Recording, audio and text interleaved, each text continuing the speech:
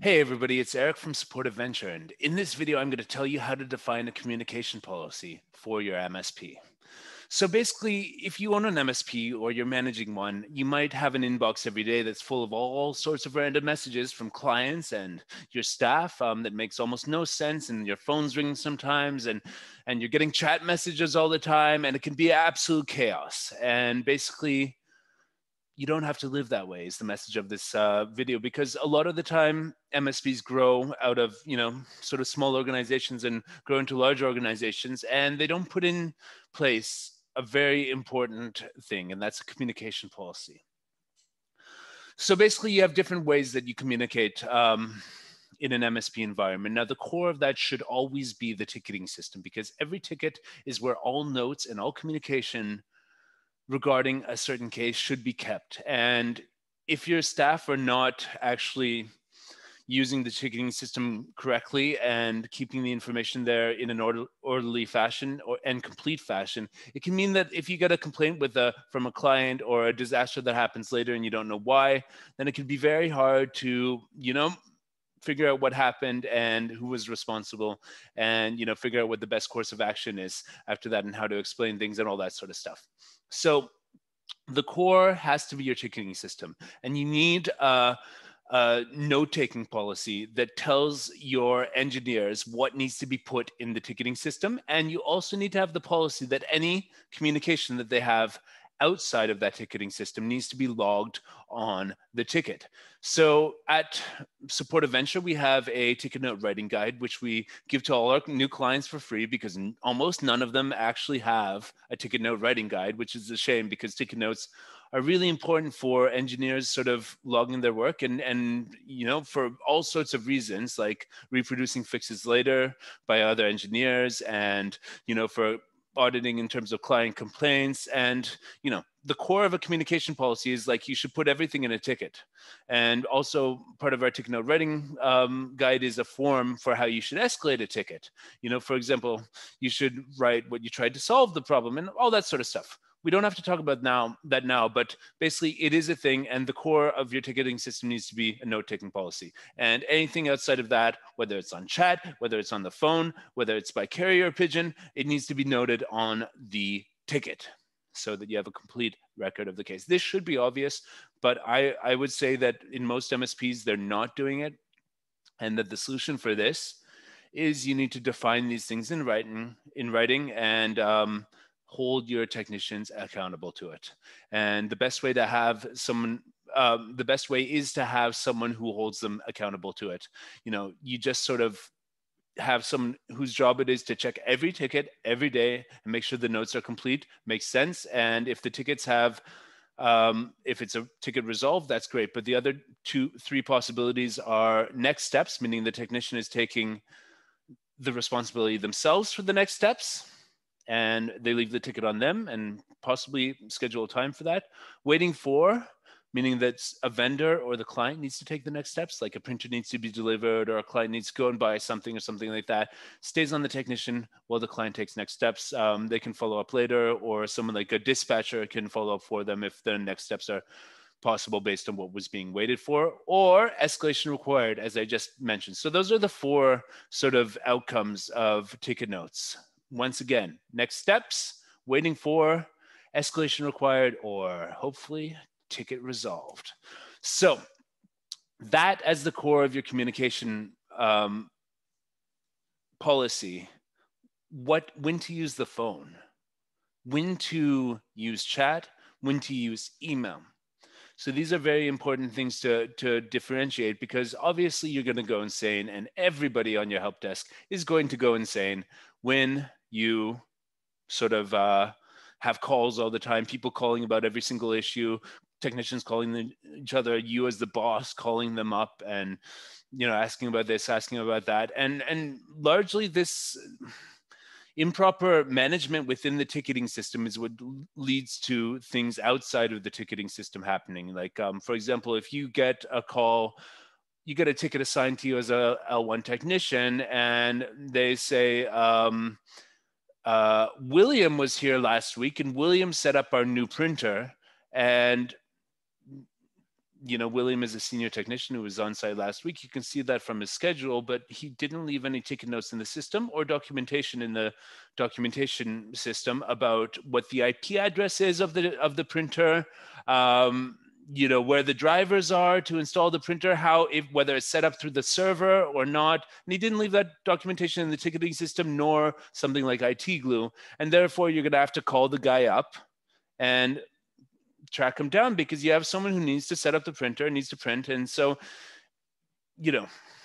what should you do? Should you chat him up, call him up on his phone, send him an email, or create a ticket for missing documentation? That's something that you should define in your communication policy. What happens when documentation is missing? How is that dealt with?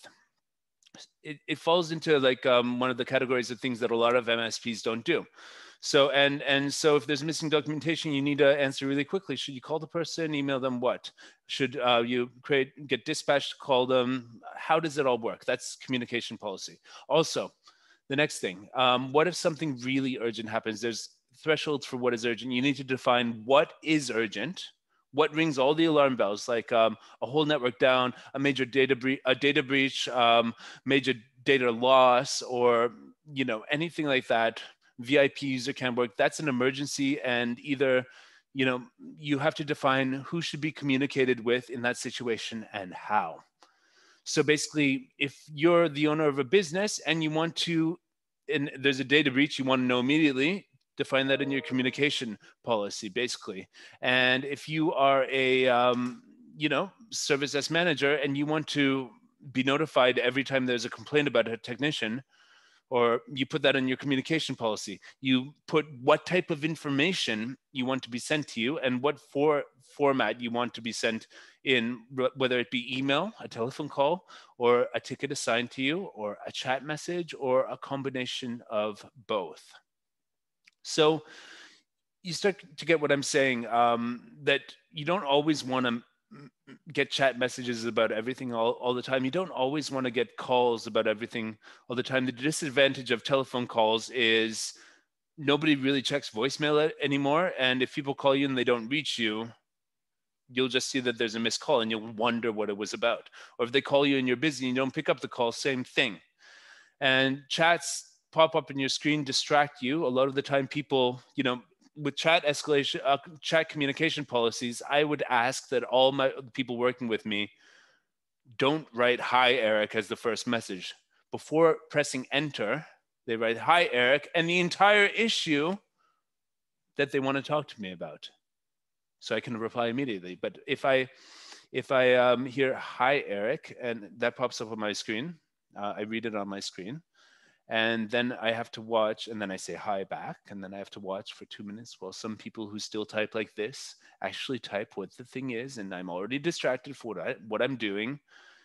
And I'm just waiting, and I'm waiting, and then it turns out to be something that could have been an email because it's not urgent, or could have been a ticket assigned to me and scheduled for tomorrow, or it could have been something that could wait to the weekly meeting.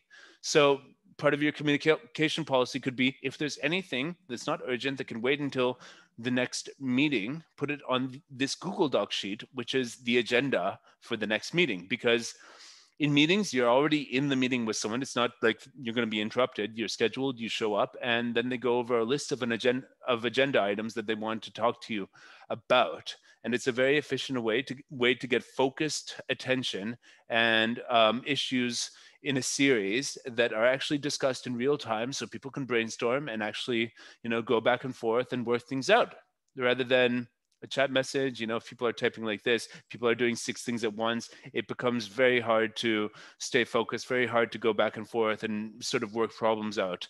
So you need to decide what types of issues are raised in which ways, and which communication tools. Now, I will say that for emergency circumstances, that I would recommend MSPs consider getting something like PagerDuty or OpsGenie, because rather than calling in emergencies, in emergency circumstances, something like PagerDuty and OpsGenie can have a